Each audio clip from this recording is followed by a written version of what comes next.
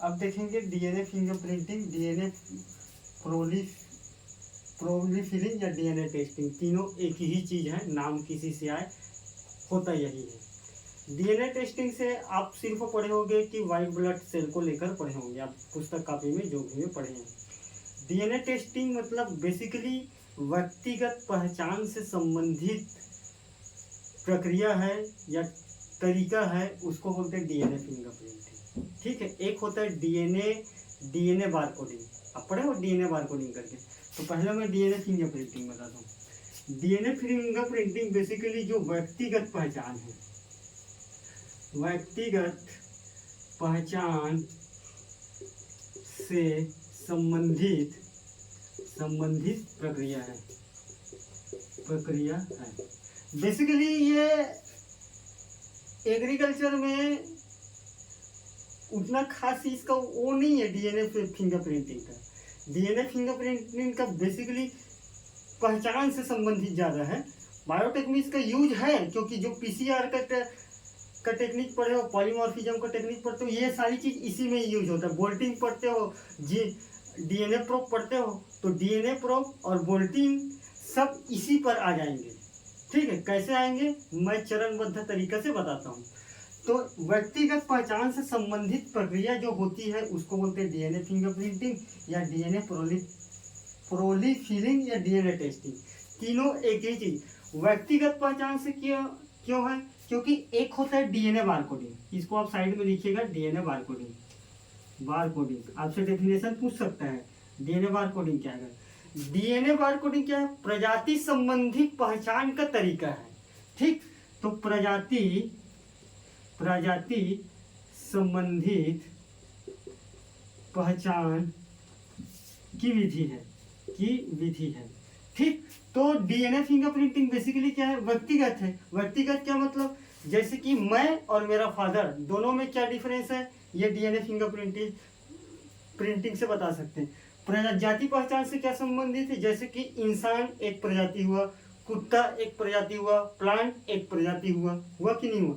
तो एक प्रजाति से दूसरे प्रजाति क्या विभिन्नताएं हैं, इस चीज को हम डीएनए बारकोडिंग के माध्यम से बता सकते हैं। मगर एक ही प्रजाति के दो व्यक्ति के बीच या एक ही प्रजाति के दो प्लांट के बीच अगर क्या डिफरेंस है करके बताना है, तो उससे हम बता सकते हैं डीएनए फिंगरप्रिंटिंग से। बात समझ में आया? डीएनए फिंगरप्रिंटिंग क्लियर है, व्यक्तिगत पहचान क्लियर है। व्यक्तिगत मतलब दो एक ही प्रजाति के दो प्लांट में क्या डिफरेंस है, ये चीज हम बता सकते हैं। अगर दो अलग अलग प्रजाति के प्लांट है तो डिफरेंस बताना है तो डीएनए बारकोडिंग करेंगे। एक ही प्रजाति के दो सिमिलर प्लांट के बीच में अगर डिफरेंस है तो व्यक्तिगत पहचान, डीएनए फिंगरप्रिंटिंग।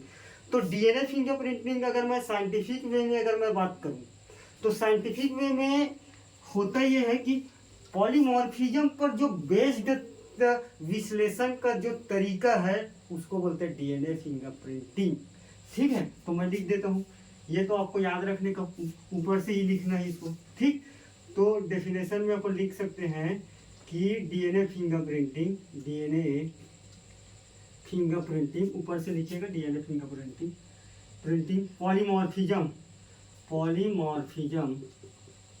पॉलीमॉर्फिज्म बहुरूपता के विश्लेषण का विधि है। उसे विश्लेषण का विधि या प्रक्रिया या तरीका है। तरीका मतलब टेक्निक है, तरीका को डीएनए फिंगरप्रिंटिंग कहते हैं। DNA fingerprinting. ठीक, डीएनए फिंगरप्रिंटिंग मतलब समझ गए। अब अपन आ जाएंगे, एक ठो शब्द है पॉलीमॉर्फिज्म। बात समझ में आए? सारी चीज देखेंगे, यहाँ तक तो तुम पढ़ लोगे। अब बोलोगे सर ये पॉलीमॉर्फिज्म आया कहाँ से है, क्योंकि तुम तो पढ़े नहीं होंगे, मेरे को पता है। तो पॉलीमॉर्फिज्म ही बता देते हैं पहले, और यही से पूरा तुम्हारा कॉन्सेप्ट निकल जाएंगे। सारी डीएनए फिंगरप्रिंटिंग का तुम जितना आधार करके सोचते हो, समझते हो, ये है वो है दुनियादारी है, सारी खेल पॉलीमॉर्फिज्म का है। पॉलीमॉर्फिज्म क्या है, दो व्यक्तियों के डीएनए में जो पाए जाने वाले अंतर को पॉलीमॉर्फिज्म कहते हैं। मतलब क्या है, दो व्यक्तियों के बीच में या दो प्लांट के बीच के डीएनए में जो पाए जाने वाले अंतर है उसी को बोलते हैं पॉलीमॉर्फिज्म। तो पॉलीमॉर्फिज्म बेसिकली है क्या कि दो व्यक्ति प्लांट के बीच के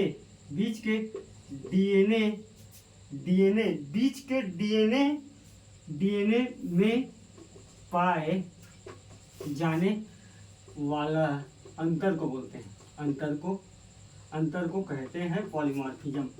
अब क्या हुआ, इससे क्या है, डीएनए के अंतर, तो दो व्यक्ति अलग अलग हो जाएंगे हम अपन डीएनए से बता के। अब यही पॉलीमॉर्फिज्म किस पर बेस्ड है, बेसिकली न्यूक्लियोटाइड पर बेस्ड है। न्यूक्लियोटाइड पर पाए जाने वाला पुनरावृत्ति पर बेस्ड है डीएनए फिंगरप्रिंटिंग। तो यहाँ एक लाइन और लिखना है कि क्योंकि देख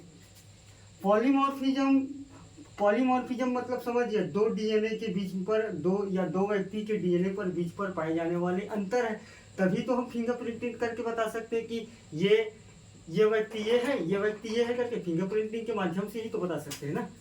ठीक है, ठीक, तो यहाँ तक समझ गए। अब ये पॉलीमॉर्फिज्म डीएनए पे कैसे रहते हैं, पुनरावृत्ति के सीक्वेंस में रहते हैं। ठीक, मैं बता रहा हूँ पुनरावृत्ति क्या है, आप सिर्फ सुने बस, लिखे मत, सुने बस, आप समझ जाओगे। पुनरावृत्ति के आधार पर बहुरूपता पाई जाती है, ठीक। तो बहुरूपता क्या है, पॉलीमॉर्फिज्म पर बेस्ड है कि नहीं, पॉलीमॉर्फिज्म और बहुरूपता। तो किस पर बेस्ड है, पुनरावृत्ति, जो डीएनए में पाए जाने वाले न्यूक्लियोटाइड का पुनरावृत्ति होता है, बार बार पुनरावृत्ति होता है। और इसी से अपन बता सकते हैं कि ये आदमी का डीएनए ये है, ये प्लांट का डीएनए ये है, और ये व्यक्ति का डीएनए ये। बेसिकली जहाँ रेफ होता है, तो मैं एग्जाम्पल से बात कर रहा हूँ, जैसे कि रेफ होता है, किसी लड़की का रेफ हुआ है, 20 साल लड़की का, और उसके यौन में पाया गया है स्पर्म किसी का, सिंपल से बात, क्योंकि डीएनए फिंगरप्रिंटिंग तो ऐसी ही होता है, मैं इंसान की बात को लेकर बात कर, तो स्पर्म अगर पाया गया है लड़की के योनि में, ठीक, तो वहां से अपन उसकी स्पर्म को ले लेंगे, तो वहां से अपन डीएनए निकाल लेंगे, ठीक। और हमको अगर मान लो जाए 4 लोग पर संदिग्ध है कि ये व्यक्ति हो सकता है इसके रेप करने वाला, तो उस चारों के डीएनए ले लेंगे, ठीक, किसी से भी ले, चाहे बाल से ले, चाहे नाखून से ले, चाहे आप किसी सेल से ले, क्योंकि DNA this is the all about the present of every cell. हर सेल में डीएनए प्रेजेंट है, ये तो मेरे भी पता है, ये तो आपको भी पता है और बताए भी होंगे, हर सेल में प्रेजेंट है डीएनए। तो हम चारों का पुनरावृत्ति सीक्वेंस देखेंगे अगर पता करना था, जिसका पुनरावृत्ति सीक्वेंस मिलेगा पाया गया स्पर्म में, अगर चारों व्यक्ति में जिसका सीक्वेंस अगर मिल गए तो हम उसको पकड़ लेते हैं, ये अपराधी है करके। तो मैं बताता हूँ पुनरावृत्ति, ठीक, पुनरावृत्ति क्या होता है। बेसिकली यहाँ तक लिख लोगे, देख यहाँ तक तो एकदम आपको बताना ही पड़ेगा। पुनरावृत्ति बेसिकली आपको समझना है, इसको लिखना नहीं है। क्या होता है, जैसे कि ये डीएनए है, ये डीएनए है, डीएनए में जो पाए जाने वाला जो क्षार है, ए नीचे आप समझ रहे हो टी होगा, सी है तो जी होगा, ये आप समझ रहे हो, मैं ऊपर लिख रहा हूँ, ये दो ATCG और यहाँ एक सेल होगा, तो यही जो क्षार है फिर यहाँ पुनरावृत्ति होगा, ठीक। पुनरावृत्ति मतलब डीएनए में जो पाए जाने वाले न्यूक्लियोटाइड के क्षार का जो बार बार पुनरावृत्ति होता है अलग अलग सीक्वेंस में, यहाँ 3 पुनरावृत्ति है, यहाँ फिर आगे जाएंगे 4 पुनरावृत्ति के बाद सेल पाया जाएगा, जीन पाया जाएगा, जीन, यहाँ और आगे जाएंगे, यहाँ 5 पुनरावृत्ति के बाद पाया जाएगा। अब हम ये वाला पुनरावृत्ति किसका है, अगर कोई क्राइम करने वाले स्पर्म मिला है उसके में ये वाला पुनरावृत्ति पाया जा रहा है, मान लो जाए, और हम 4 लोग का फिर पुनरावृत्ति किए हैं, तो सबका पुनरावृत्ति अलग अलग होगा। यहाँ 3 यहाँ 4 का पुनरावृत्ति है, यहाँ 3 का पुनरावृत्ति होगा, यहाँ 2 का पुनरावृत्ति होगा। तो जो ये वाला सीक्वेंस में जिसका डीएनए मिलेगा ये 3 व्यक्ति के बीच में, हम उसी को पकड़ लेंगे और उसी को अपराधी ठहराएंगे। ऐसे पता करते हैं डीएनए फिंगरप्रिंटिंग से। ये तो सिंपल आपको जो होता है मैं वो बता रहा हूँ, हमको तो चरण पढ़ना है। ठीक, जिसको ज़्यादा गहराई से जानना है पूछ लेना, बता देंगे उस पर क्या है। ठीक, तो अपन आते हैं चरण प्रोसीजर में। ठीक, प्रोसीजर नंबर फर्स्ट, यहीं से आपका सारी डीएनए प्रोब, बोल्टिंग टेक्निक, सारी टेक्निक यहीं से निकलेगा, यही चरण से। मैं उसको सिंपल सा बताया हूँ। ठीक, सबसे पहले होता है सेल का आइसोलेशन। डीएनए फिंगरप्रिंटिंग करने के लिए कोई ना कोई सेल चाहिए। ठीक, आइसोलेशन करेंगे।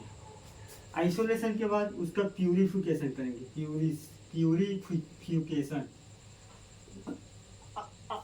आइसोलेशन को क्या बोलते हैं? इसको तो शुद्धिकरण करना, शुद्धिकरण, प्यूरिफिकेशन।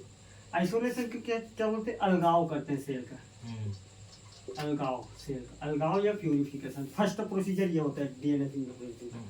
हम जिसका भी डीएनए अगर कर रहे हैं तो वहां से हम सेल लाएंगे और वही सेल से अपन डीएनए निकाल लेंगे। सारी चीज लेबोरेटरी में होगा ना, ऐसा नहीं कि सर ये हाथ से बताया हो तो वैसे निकालते हैं क्या। ये सारी एंजाइम का प्रक्रिया है।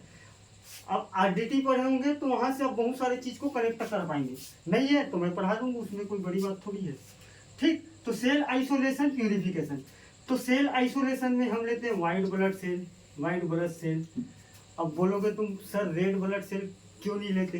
क्योंकि उस पर क्या होता है ये आप पढ़े होंगे। ठीक, उसके बाद स्पर्म ले सकते हैं, बाल ले सकते हैं, नाखून ले सकते हैं, प्लांट के किसी पोर्शन ले सकते हैं, पोर्शन सारी चीज ले सकते हैं। जहां जहां सेल है वहां से अपन डीएनए ले सकते हैं। Each and every cell are the content of DNA. सारी खेल तुम्हारा डीएनए का है। अगर तुम्हारा बाल काला है तो काला संबंधी डीएनए में जीन प्रेजेंट होगा, ये बात हमेशा याद रखना। अगर तुम्हारा सुंदरता ज़्यादा है, अट्रैक्शन हो रहा है लोगों का, तो तुम्हारा सुंदरता संबंधी कोई जीन होगा। अगर तुम दिखने में बढ़िया हो तो दिखने वाला संबंधी तुम्हारे कोई ना कोई डीएनए में कोई जीन प्रेजेंट है। This is the responsible for the making of your body. ठीक, ये कोई वरदान नहीं है, सारी खेल डीएनए का है। ये बात आप ध्यान देके ही समझो। बाहरी प्रसाधन से आप विचलित न हो। भाई किसी का अगर मान लो जाए कुछ भी है तो उसका जीन और डीएनए के खेल है। ऐसा नहीं है कि किसी का मजाक उड़ा दे, नहीं वो काला है तो ये है। सारी खेल डीएनए और एक जीन के ही तो है जी। तुम्हारा बाल लंबा है तो लंबाई संबंधी कोई जीन पाया जा रहा होगा। तुम गोरी हो तो गोरी संबंधी जीन पाया जा रहा है। तुम काली हो तो काली संबंधी जीन होगा तुम्हारे डीएनए में, तुम्हारे चमड़ी के सेल के डीएनए में। तो क्या है, खेल है वो। हर आदमी फेयर लवली लगा के गोरा नहीं होता, ये आप भी जानते हो, ये मैं भी जानता हूँ। ठीक है, तो उस पर भरोसा कम करें, भरोसा डीएनए और जीन पर करें। ठीक, और डीएनए और जीन को सुव्यवस्थित रखने वाले फल फलहारी का उपयोग करें। कहने का मतलब मेरा ये है। तो हम यहाँ से आइसोलेशन कर लिए, तो आइसोलेशन करके हम इसको शुद्धिकरण करेंगे, निकालेंगे। अब ये सारी चीज प्रोसीजर का होगा। तो हमारा फर्स्ट प्रोसेस है डीएनए फिंगरप्रिंट का, फर्स्ट चरण है आइसोलेशन एवं प्यूरिफिकेशन। आइसोलेशन एवं प्यूरिफिकेशन में फर्स्ट हमारा प्रोसीजर होता है कि डब्ल्यू ब्लड सेल, चाहे स्पर्म हो, चाहे बाल हो, नाखून हो, प्लांट के किसी भी पोर्शन हो, वहां से अपन सेल लाएंगे। ठीक, सेल लाएंगे और वहां से डीएनए का लेप के माध्यम से अलग कर लेंगे। ठीक, तो फर्स्ट प्रोसीजर एकदम क्लियर है, कोई डाउट नहीं है। ठीक, तो फर्स्ट प्रोसीजर बेसिकली समझ आया ना क्या है। ठीक, तो डीएनए लेप के माध्यम से अपन अलग कर लिए और जो अपन किए हैं तो वो कोई ना कोई सेल में होगा, तो यहाँ अपन सफाई करेंगे, सेल का सफाई करके निकालेंगे। यहाँ तक क्लियर है। तो पहला है आइसोलेशन प्यूरिफिकेशन। आइसोलेशन प्यूरिफिकेशन में क्या है कि किसी भी सेल से, जैसे कि द वाइट ब्लड सेल हो, स्पर्म हो, बाल हो, नाखून हो, प्राण के किसी भी पोर्शन हो, उस सेल से अपन उस सेल को लेबोरेटरी में लाएंगे। लाने के बाद हम सफाई करेंगे। सफाई के बाद लेग के माध्यम से अपन डीएनए को अलग कर लेंगे। ठीक। और डीएनए को अलग करने के बाद हमारा दूसरा प्रोसीजर आता है, बेसिकली दूसरा प्रोसीजर हमारा आ जाता है रिस्ट्रिक्शन एंजियोन्यूक्लियोटाइड के माध्यम से डीएनए को कट करेंगे। क्योंकि डीएनए हमारा क्या है भाई, पूरा कॉलिंग नेचर में है ना, पूरा ऐसे कॉलिंग है।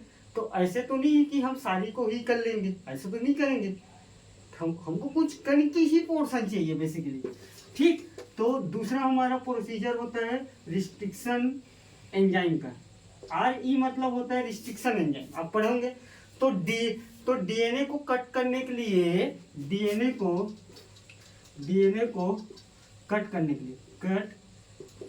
के लिए रिस्ट्रिक्शन एंजाइम टाइप 2 का प्रयोग करते हैं। ठीक। इसको हमेशा पूछा जाता है कि बायोटेक में कौन से एंजाइम करते हैं। इसका कई टाइप होता है रिस्ट्रिक्शन एंजाइम का। तो रिस्ट्रिक्शन एंजाइम क्या है, डीएनए के 2 पोर्शन का कट करते हैं, या तो इन टू इन करते हैं या किसी बीच से करते हैं। अब मैं वहां तक नहीं जाऊंगा, आपको प्रोसीजर मैं बता रहा हूँ। जब मैं RDT पढ़ाऊंगा, रिकॉम्बिनेशन डीएनए टेक्नोलॉजी में जेल वाला बताऊंगा, तो स्पेसिफिक बताऊंगा वहां। ठीक। तो रिस्ट्रिक्शन एंजियोन्यूक्लियस टाइप 2 का अपन प्रयोग करके अपन डीएनए के खंडों को, डीएनए की खंड को कट करते हैं। ठीक। कट कर देंगे अपन डीएनए के खंड को कट करके अपन ला लिए हैं, क्योंकि डीएनए फिंगरप्रिंटिंग कर रहे हैं। अब डीएनए के खंड को हम जब लाएंगे, तो लाने के बाद एक केमिकल से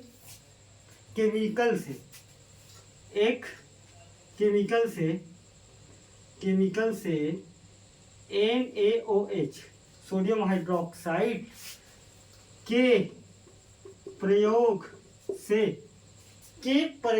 से डीएनए के कुंडलीधारी को, उस कुंडली को अलग करेंगे। ठीक। क्योंकि ये डीएनए हमारा क्या है, कुंडली में है। तो सोडियम हाइड्रोक्साइड के प्रयोग से डीएनए को एकल खंड में, इसको अलग अलग निकालेंगे, एकल खंड में परिवर्तित कर देंगे। ठीक। परिवर्तित कर देंगे। यहाँ तक समझ आ गए। पहले डीएनए को कट किए हैं, कट करने के बाद हमारा इसी के नीचे आया है कि सोडियम हाइड्रोक्साइड के प्रयोग से डीएनए के खंड को एकल में अपन परिवर्तित। अब कैसे करते हैं सोडियम हाइड्रोक्साइड से, टेम्परेचर के माध्यम से करते हैं। ठीक। उसके बाद हमारा एक प्रोसेस इसी में और आता है, सेकंड में आता है। बेसिकली जो हमारा 2 खंड है, 2 अलग अलग डीएनए किए हैं, तो एक को अलग करेंगे और एक को अभिरंजक कर देंगे, रेडियो एक्टिव अभिरंजक के माध्यम से। तो मैं ऊपर लिखता हूं, आप इसका नीचे लिखे। ठीक। यहां तक हमारा हो गया है, अलग कर लिए हैं डीएनए के दोहरी कुंडलिन को अलग करके निकाले हैं। तो एक खंड को अपन क्या करेंगे, एक खंड को डीएनए के एक खंड को इथिडियम ब्रोमाइड से, कौन से, इथिडियम ब्रोमाइड से, इथिडियम ब्रोमाइड से रंजक करेंगे। क्या करेंगे, रंजक अभिरंजक बोलते हो क्या हिंदी में, अभिरंजक करते हैं और एक खंड को अलग रख लेते हैं। और इसी प्रोसेस को बोलते हैं डीएनए पोप, जो तुम्हारे सिलेबस में है। तो मैं यहाँ लिख सकता हूँ डीएनए पोप। तो डीएनए पोप क्या है, डीएनए फिंगरप्रिंटिंग के दौरान डीएनए के मूल कॉपी या मूल प्रतिलिपि को इथिडियम ब्रोमाइड से अभिरंजक करते हैं, उसको बोलते हैं डीएनए पोप। पोप। मैं अलग से बताऊंगा, आप यहाँ डीएनए पोप के मतलब यही समझे कि इसी को बोलते हैं करके, मैं अलग से बात करूंगा उसको लास्ट में। तो एक खंड को अपन यहाँ के रंगीन कर लिए, रंग तो कर लिए हैं, एक खंड को अपन अलग रखे हैं, तो हमारा तीसरा स्टेप आएगा इलेक्ट्रोफोरेसिस का। ठीक, तो तीसरा स्टेप हमारा आएगा